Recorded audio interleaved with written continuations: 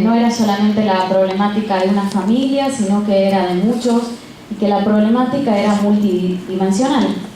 Así presentaron este proyecto que se llamaba Aspectos Sociosanitarios de Familias Argentinas con Enfermedades Poco Frecuentes.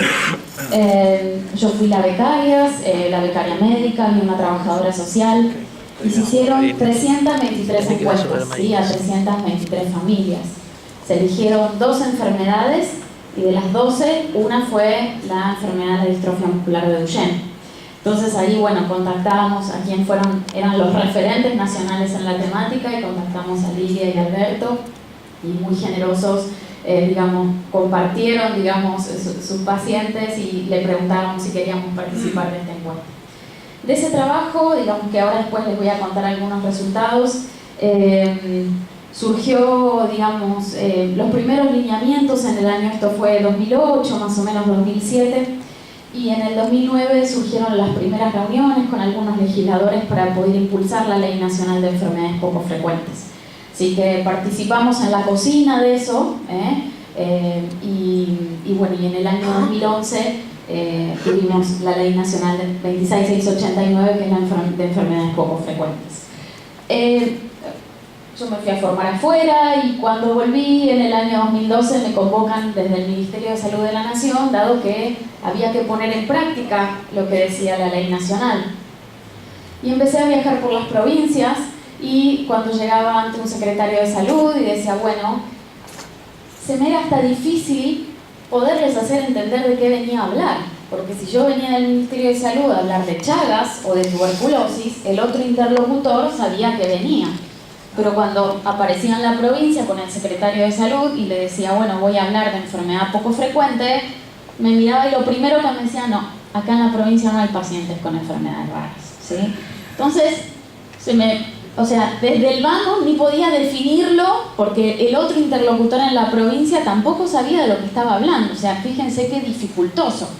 Hasta el nombre es dificultoso. Ustedes saben que en el mundo es rare diseases, cuando uno traduce eso al español es enfermedad rara, y tal vez para nosotros raro suena más, con una connotación más peyorativa. Por eso se denominó enfermedad poco frecuente, haciendo hincapié en la prevalencia de la enfermedad, ¿sí?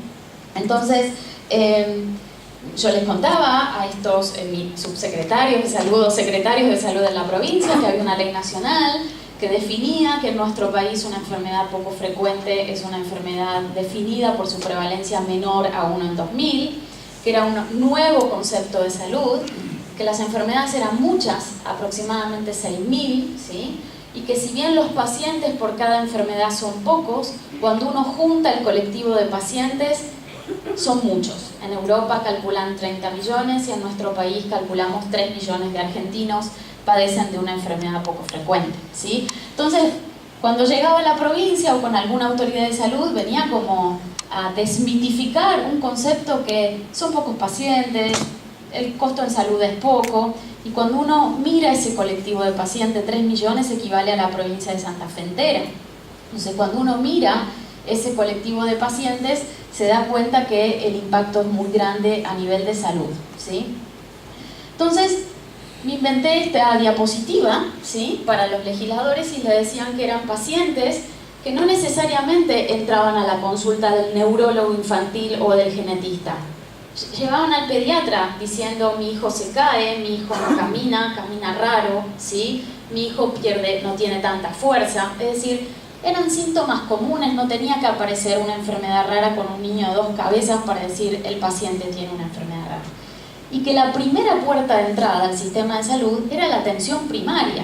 Nosotros somos el último eslabón de la cadena, ¿sí? Entonces, que el paciente iba de médico en médico porque no encontraba una solución, y que le hacían un estudio, y cuando viajaba de su provincia a la capital porque no encontraba respuesta, yo como genetista le repetía el estudio porque no le creía al estudio de la provincia, ¿sí? Y hasta que finalmente, eso se llama recorrido prediagnóstico, ¿sí? Hasta que finalmente algún iluminado dice, el chico tiene el síndrome de tanto, ¿sí? Y uno cree que ahí se solucionan absolutamente todos los problemas, pero aparece una problemática postdiagnóstico, que es el paciente vuelve a su provincia, ¿sí?, y nadie sabe lo que tiene. y llega una guardia por faringoamigdalitis, pues dicen, ah no, tiene una enfermedad poco frecuente, no lo voy a atender, vaya al especialista, llame al de Buenos Aires, ¿sí? Digamos. Entonces el padre empieza a leer sobre la enfermedad del hijo y se convierte como una especie de erudito de la enfermedad. Entonces cuando llega la guardia le dice al médico, no, mire, mi hijo tiene el síndrome de tanto, no puede recibir ibuprofeno, bájale la temperatura con paracetamol, tenga cuidado en la anestesia. Es decir, el padre sabe más que el profesional, ¿sí? Y esto, ¿no? Un montón de aspectos sociales, es decir, tiene un impacto sociosanitario muy grande, porque ese individuo, el 75% de las enfermedades poco frecuentes tienen inicio en la edad pediátrica, ¿sí? Entonces, no solamente repercute en el niño afectado, sino en su familia. La mamá o deja de trabajar o disminuye sus horas de trabajo, hay una alta tasa de separación de las parejas, el hermano sano le empieza a andar mal en el colegio o empieza a pasar factura de que ustedes se van con este y a mí me dejan, ¿sí? Entonces hay todo un componente sociosanitario muy importante. Entonces cuando yo contaba esto, el secretario me dice, acá hay un montón, secretario de salud me dice, acá hay un montón de esos que está contando, ¿sí? Es decir, fíjense, no sabían el concepto de salud de enfermedad poco frecuente, de la ley, de la definición. Pero cuando yo les contaba la problemática de los pacientes, me decían, acá hay un montón de eso, ¿sí? Entonces, cuando finalmente en el año 2015 se reglamenta la Ley Nacional de Enfermedades Poco Frecuentes, surge un Programa Nacional de Enfermedades Poco Frecuentes. Yo venía trabajando en esto de visibilizar el tema en las provincias, de poder hacer acciones concretas, pero en el año 2015... digamos, hicimos un plan de acción mucho más concreto. Primero, con esto de la capacitación. La problemática del interior, como hablábamos y sabemos con Lilia, era esto. Los resultados de la encuesta daban que el 50% de esas 323 familias no habían tenido un asesoramiento genético. Es decir, no se les había contado si esa situación que padecía su hijo tenía un riesgo de repetición, ¿sí?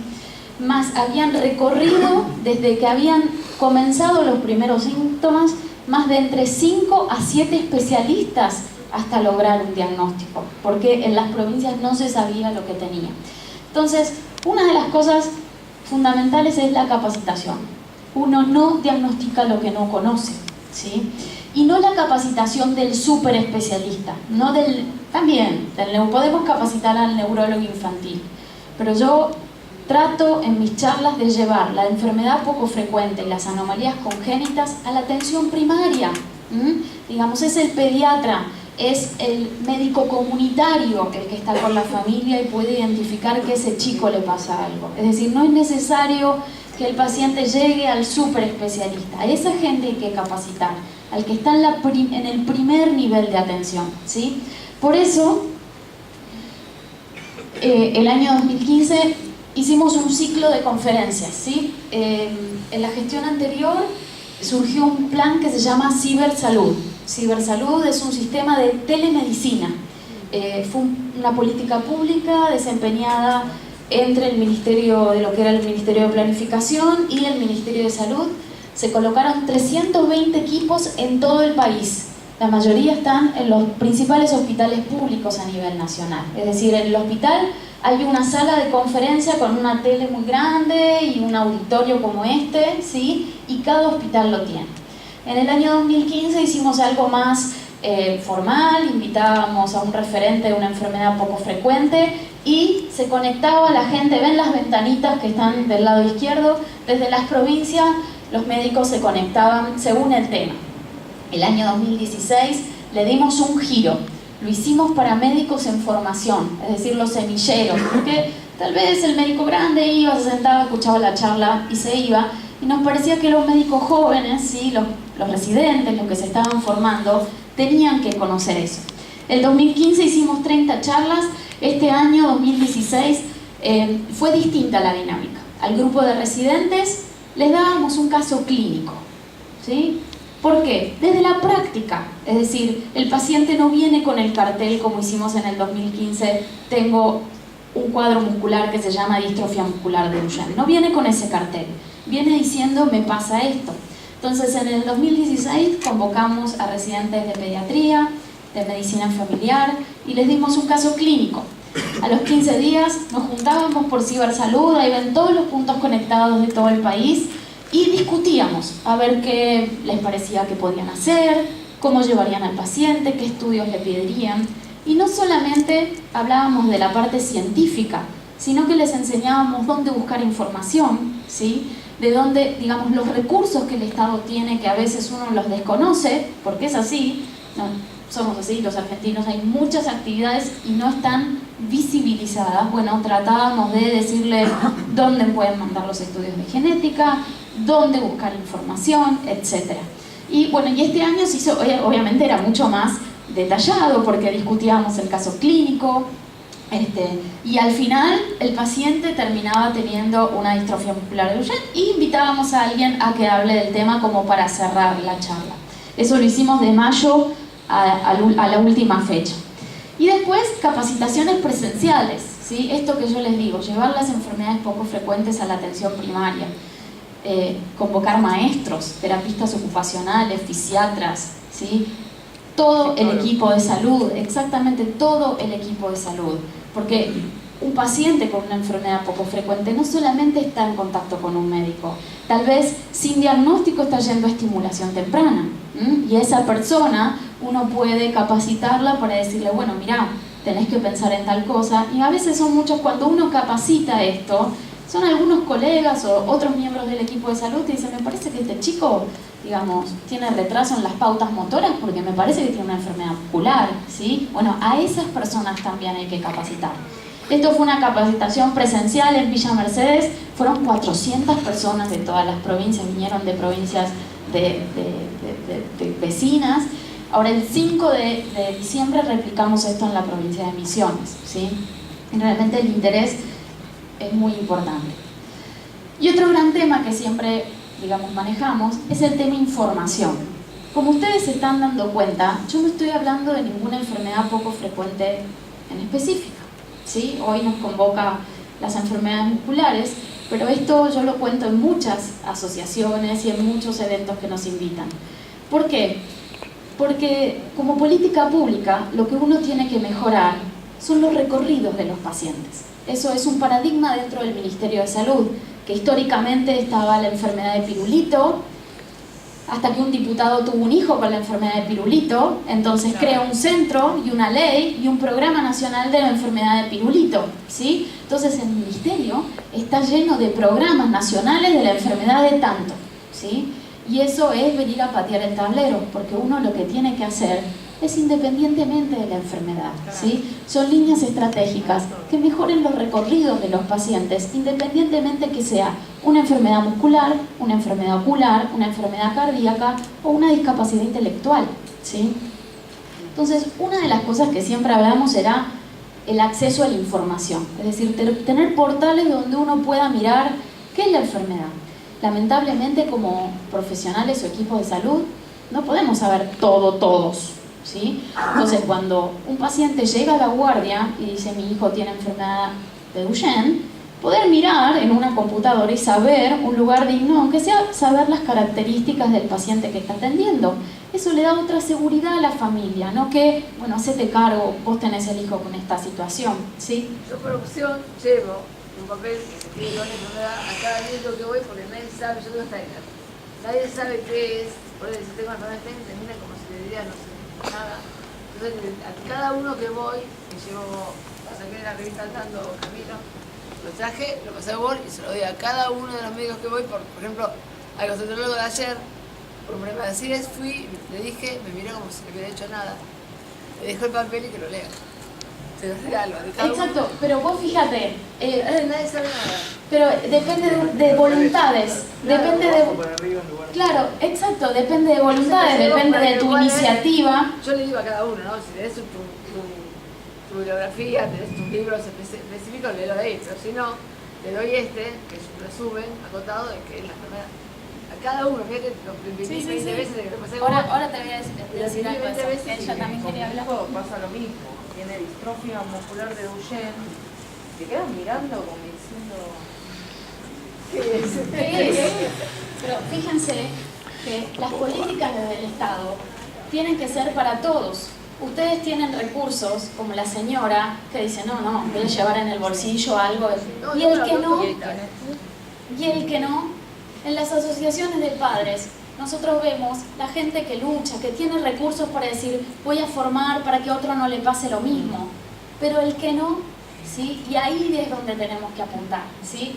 Para todos, no solamente al que en el bolsillo lleva, que digamos, como herramienta de decir, si el otro no lo hace, yo se lo brindo la información, ¿sí? Yo siempre quería adherirme a un portal internacional de enfermedades poco frecuentes que ahora les voy a contar, y desde el Ministerio en el 2015, durante muchos años, 2012, 2013, había que visibilizar el tema dentro del Ministerio, ¿sí? Entonces me decían que no. Pero hasta el año 2015 me dijeron, bueno, arma una página web local. Entonces, esta es nuestra página web del Ministerio sobre enfermedades poco frecuentes y anomalías congénitas, donde hay una parte institucional, donde hay información para la comunidad con las leyes, los equipos de salud, recursos de comunicación, habla de guías nacionales. ¿Sí? ¿Cómo es la dirección de la página? Está dentro del Ministerio de Salud, que es EMESAL, y en la opción programas, buscan programas de enfermedades poco frecuentes y anomalías congénitas. Pusimos un mapa interactivo con los servicios de genética en nuestro país. 10 provincias en la Argentina no tienen genetista clínico, ¿sí? Entonces, saber dónde están y quiénes son a nivel público, los que pueden dar una respuesta. Materiales que realizamos, reportes anuales de algunos registros de anomalías congénitas. Pero, como el gran desafío, esto es que les muestro, obviamente ponemos noticias de residencias, pusimos la noticia de la capacitación en Posadas para dar más publicidad. Ven, fíjense, este es el mapa interactivo que uno dice, bueno, en Santa Fe, ¿quiénes son los genetistas? Dicen en el Hospital Vilela, en el Alasia, si hay citogenetista o no, y quién es el nombre y un contacto de teléfono, como más específico para poder ubicar al profesional, ¿sí? Pero mi gran desafío desde que era chiquita y conocía a la doctora Dubrovsky era poder entrar en un portal de enfermedades poco frecuentes que se llama Orphanet. Orphanet es un proyecto francés que se extendió a Europa y que desde el año 2011 abrió las puertas a otros países que no eran europeos. Así entró Australia, entró Canadá. Y el gran desafío era poder entrar. Y en octubre del año 2015, el Ministerio de Salud me autoriza a entrar al consorcio Orphanet. Sí, obviamente totalmente gratuito. Orphanet, para los que no los conocen, lo pueden publicitar entre maestros. Tiene un lenguaje muy sencillo donde dice ahí buscar enfermedad, uno pone Duchenne y sale no solamente un resumen con un lenguaje para la comunidad y para los equipos de salud, que explica rápidamente de que las características de ese cuadro, y abajo tiene guías de seguimiento, tiene guías para las familias, tiene guías para la atención de la anestesia. Muchas enfermedades todavía están sin traducir, algunas guías, pero todos los resúmenes con las características principales del cuadro están en español, ¿sí? Así que eso está buenísimo. Yo lo publicito mucho entre médicos comunitarios, pediatras, ¿sí? Porque es gratuito y todo el mundo puede acceder, y me parece que para las 6.000 enfermedades sirve y no hay que hacerlo nuevamente, ¿sí? ¿Ven? Y bueno, y este va a ser el portal. Ahí se me chispoteó. Perfecto. Se me chispoteó ahí la bandera, no salió la bandera argentina, pero estamos por lanzar el portal argentino, ¿sí? Fíjense en la página de Orphanet, somos el primer país de Latinoamérica en participar. Está el listado de los países. En primer lugar figura Argentina porque están por orden alfabético, sigue Alemania, todavía no se puede cliquear, pero la idea es poder concentrar como Orphanet como el portal nacional de enfermedades poco frecuentes, y este tipo de eventos publicitarlo acá para familia, o sea, unificarnos en un solo portal. Somos muchos, empoderémonos. Es del Ministerio de Salud de la Nación. Eso, Europa está muy contento porque en otros países siempre yo lo podría haber armado desde un servicio de genética. Tardó un montón, pero me parece que el impacto que esto tiene desde un Ministerio de Salud Pública es mayor, ¿sí? Si yo lo armaba desde el servicio de genética del Hospital Italiano, ¿sí? Así que bueno, trabajando en eso también, ¿sí? Esto era un poco de identificación de centros de expertos. Díganme del horario si voy bien, ¿sí? En el Ministerio de Salud hay mucha gente trabajando en enfermedades poco frecuentes sin tener este concepto de salud que yo les digo. Pesquisa neonatal, ¿sí? La pesquisa es una ley de hace muchos años, las 6-7 enfermedades de la pesquisa, fenicetonuria, galactosemia, hiperplasia suprarrenal congénita, son enfermedades poco frecuentes, ¿sí? Mielomeningocele, todo lo que tiene que ver con defectos del cierre del tubo neural, fisura, genetistas, el RENAC, que es el Registro Nacional de Anomalías Congénitas, ¿sí? Voy a pasar esto, fíjense, hay un montón de especialistas y esto lo estamos trabajando por provincia para poder identificar y visibilizar quiénes son. Las provincias es mucho más fácil, el mayor lío es la ciudad de Buenos Aires, ¿sí? O la provincia de Buenos Aires. Y a nivel social, tanto hablamos de los aspectos sociosanitarios, este año por Cibersalud, que es una herramienta increíble porque la gente no se traslada, hicimos esta conferencia con parapsicólogos, ¿sí? Para psiquiatras, para trabajadores sociales, contándole todo esto que estamos hablando, es decir, poder entrenar también a otros miembros del equipo de salud en la temática. Hicimos esta conferencia, se conectaron un montón de puntos a nivel nacional, con esa doctora que ven ahí a la izquierda, que es la doctora Natalia Vázquez, es doctora en psicología. Un proyecto para el año 2017 es entre Argentina y España, poder realizar a través de este sistema de telemedicina asistencia a pacientes, asistencia psicológica, ¿sí? La Universidad de Deusto, en Bilbao, ya está teniendo la experiencia con pacientes con enfermedades musculares. Así que la idea es, en este proyecto piloto, es poder repetir esta asistencia con telemedicina, así que estoy haciendo como contando, pero como una invitación oficial, ¿sí? Yo sabía de tu presencia, así que me parece que es una buena, después nos vamos a juntar en una reunión, pero me parece como innovador, porque siempre hacemos para profesionales, hemos hecho charlas para pacientes por cibersalud, pero la asistencia por telemedicina me parece que es un camino que está buenísimo, ¿sí? Una preguntita, ¿estas conferencias quedan colgadas en la red y se pueden escuchar en cualquier momento o hay que estar en el instante que se están haciendo? Esa es una de las mayores dificultades. Hay algunas conferencias que son exclusivas para médicos, solamente las puede acceder aquel que tiene un código para entrar. Y algunas conferencias, cuando son para la comunidad, quedan colgadas, ¿sí? En un banco de recursos de cibersalud. Sí, métanse por cibersalud, que van a ver incluso... La página se llama Cibersalud, sí, fue la Red Nacional de Cibersalud, que fue esto, una política pública entre el Ministerio de Planificación y el Ministerio de Salud Pública. Está en la mayoría de los principales hospitales de las provincias, son 320 equipos, y también están en los ministerios de salud pública de cada provincia, de manera que uno pueda hacer reuniones de gestión sin viajar y toda la mar en coche que implicaba reunirse con un secretario de salud. Bueno, actividades como esta, hicimos el 22 de octubre una con los pacientes con defectos del cierre del tubo neural, también súper enriquecedor, ¿sí?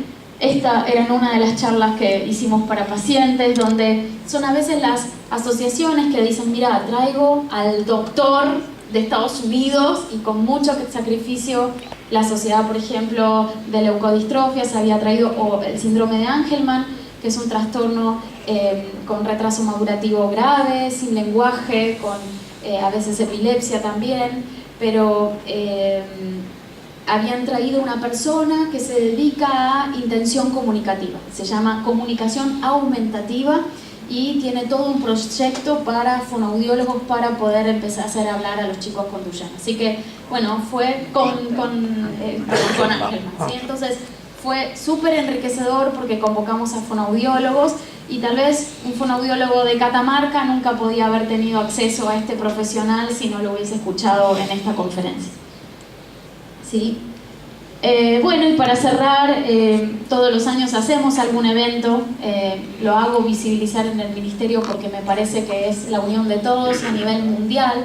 Como decía el doctor Alberto, esto no es una movida argentina. Nosotros, si bien arrancamos con la temática con los doctores hace casi 10 años en el tema de enfermedades poco frecuentes, hoy realmente está en la boca de muchos, ¿sí? y seguimos festejando el 29 de febrero, ¿sí? El Día Internacional de las Enfermedades Poco Frecuentes.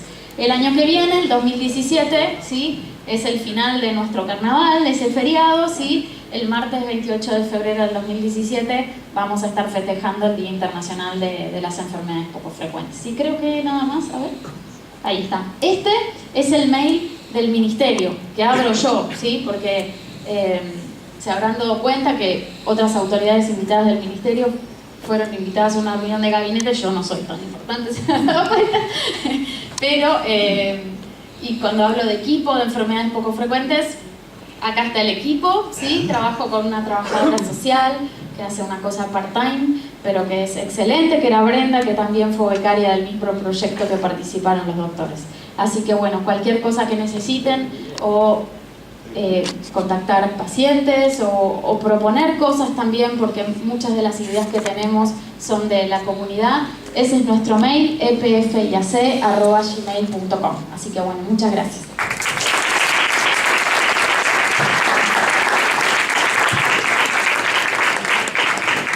¿Alguna pregunta? Seguimos.